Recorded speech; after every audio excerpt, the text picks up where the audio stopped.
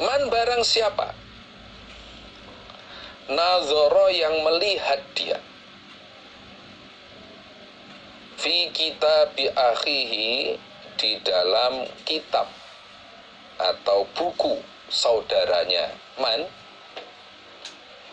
bi ghairi idnihi dengan tanpa izinnya akhi, tanpa izin saudaranya, fa innama yanzuru, maka sesungguhnya melihat dia man finari, di dalam neraka. Nabi bersabda lagi, barang siapa yang melihat kitab saudaranya atau buku saudaranya tanpa izin saudaranya,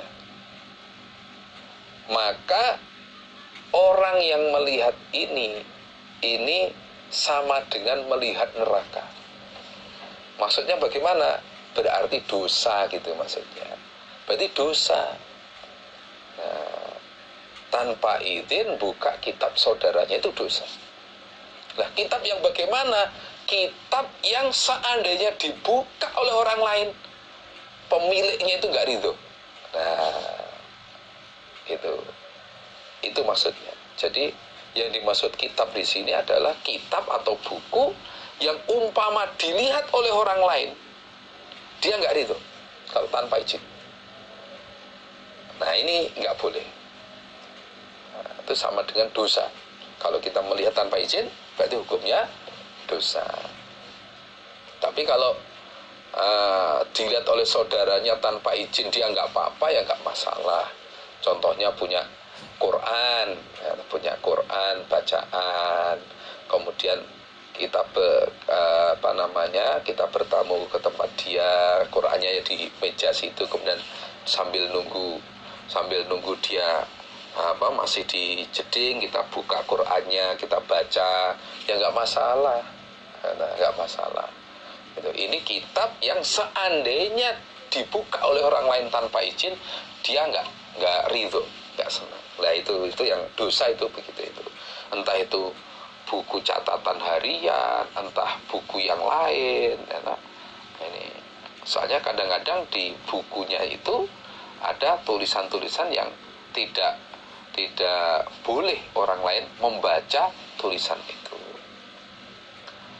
Selalu mintalah kalian Allah pada Allah bibutuni akufikum, dengan dalamnya, bagian dalam telapak tangan kalian, dengan bagian dalamnya telapak tangan kalian. Wala tas'aluhu, dan jangan minta kalian hu pada Allah, dan jangan minta kalian hu pada Allah bizuhuriha, dengan bagian punggungnya telapak tangan, punggungnya atau bagian luarnya telapak tangan, bagian ini. Fa'idha faragtum, maka ketika telah selesai kalian, maksudnya selesai berdoa, famsahu, maka mengusaplah kalian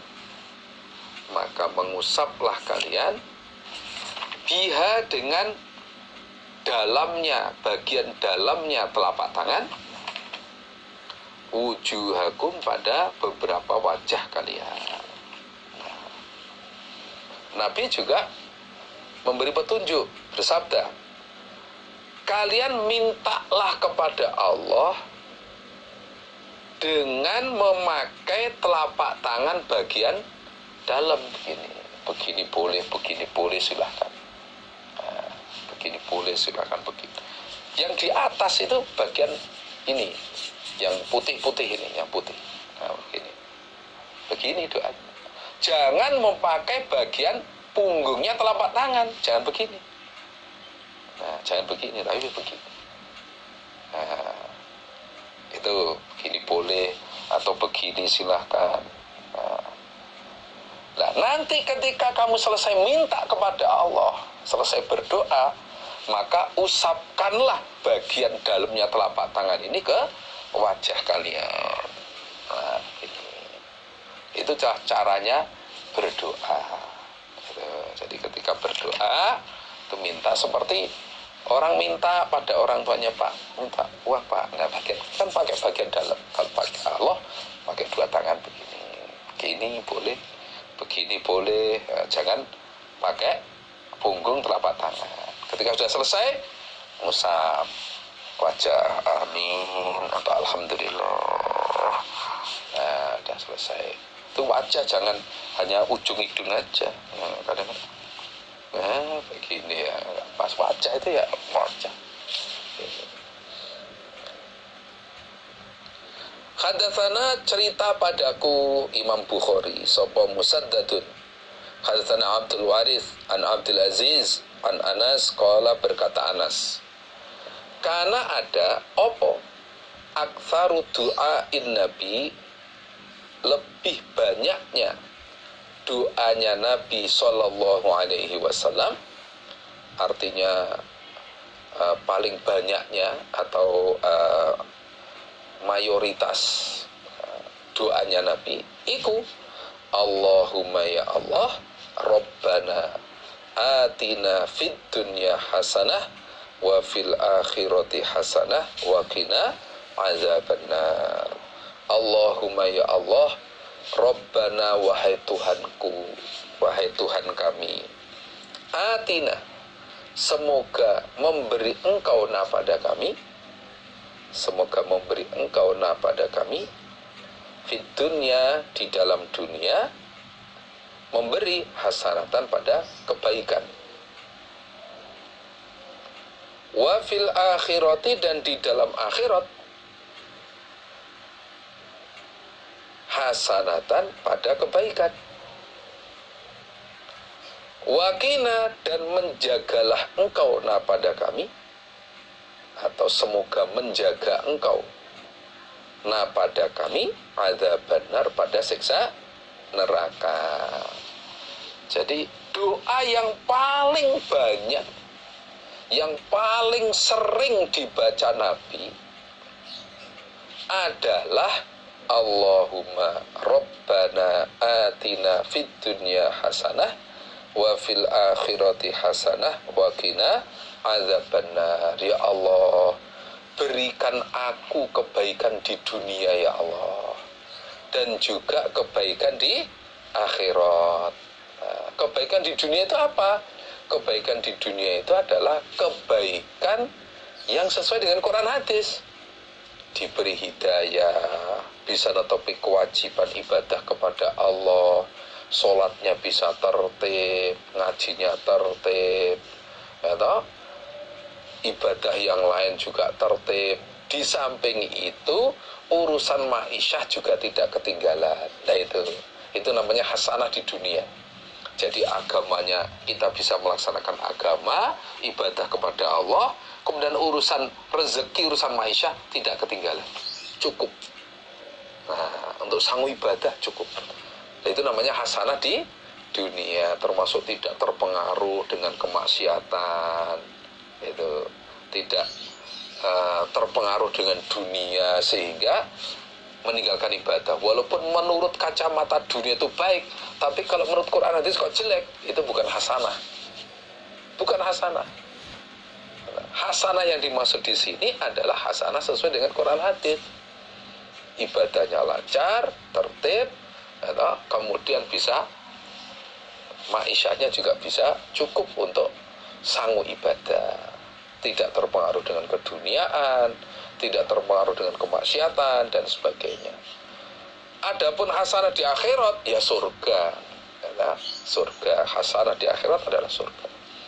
Wa qina adzabannar, dan jagalah kami ya Allah dari siksa neraka.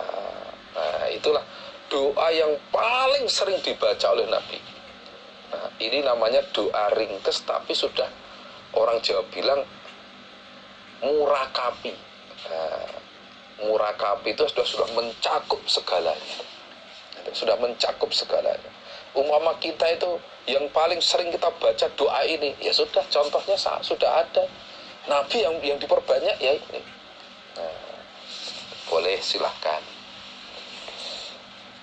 Babud du'ai, babnya doa. Lil mutazawwiji, pada orang yang menikah. Nah, doa untuk orang yang menikah. Ketika teman kita atau saudara kita menikah, nah disunahkan mendoakan pada saudara kita dengan doa yang ada di bawah ini nanti. Hadatsana, cerita padaku Imam Bukhari sapa Musaddadun. Hadatsana Hammad bin Zaid an Thabitin an Anas radhiyallahu anhu qala, berkata Anas, ro'a, melihat sapa an-nabiyyu sallallahu alaihi wasallam ala Abdurrahman, atas Abdurrahman bin Auf,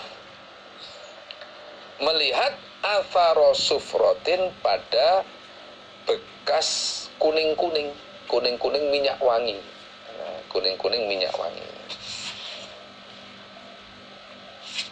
Faqala, maka bersabda Nabi, mahyam, apa ini kuning-kuning? Au, atau lafadznya mah, apa ini? Nah, mah itu apa ini? Mahadza. Nah, sama dengan itu, mahadza disingkat mah, apa ini? Nah, kok ada kuning-kuning, habis macak kamu ya? Nah, apa ini?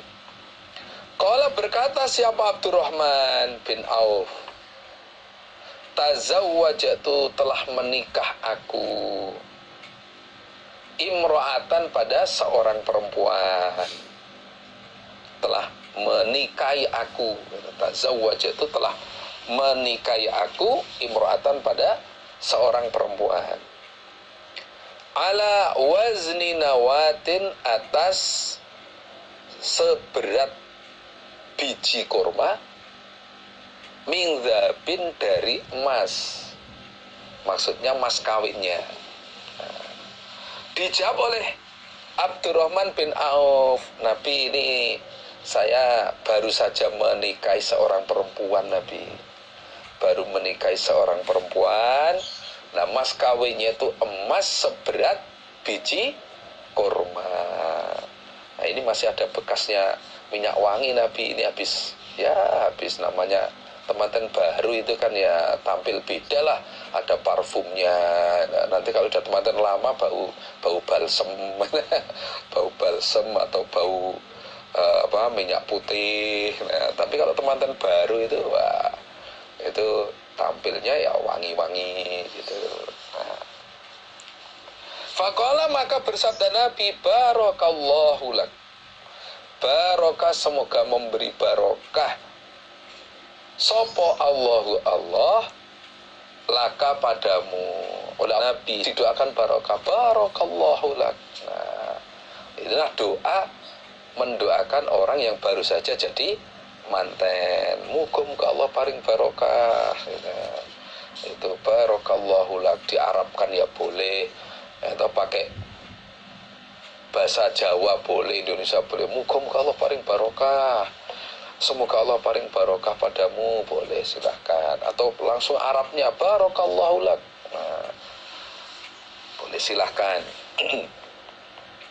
Walaupun istrinya dulu pernah kita lamar, nah, umpama, cuma kok menolak, ternyata kodarnya teman kita atau saudara kita, ya sudah, walaupun kita pernah seneng sama istri dia ya dulunya, tapi karena berhubung bukan kodar kita, begitu teman kita ini jadi manten, dapat istri yang pernah kita senengi, ya tetap kita doakan.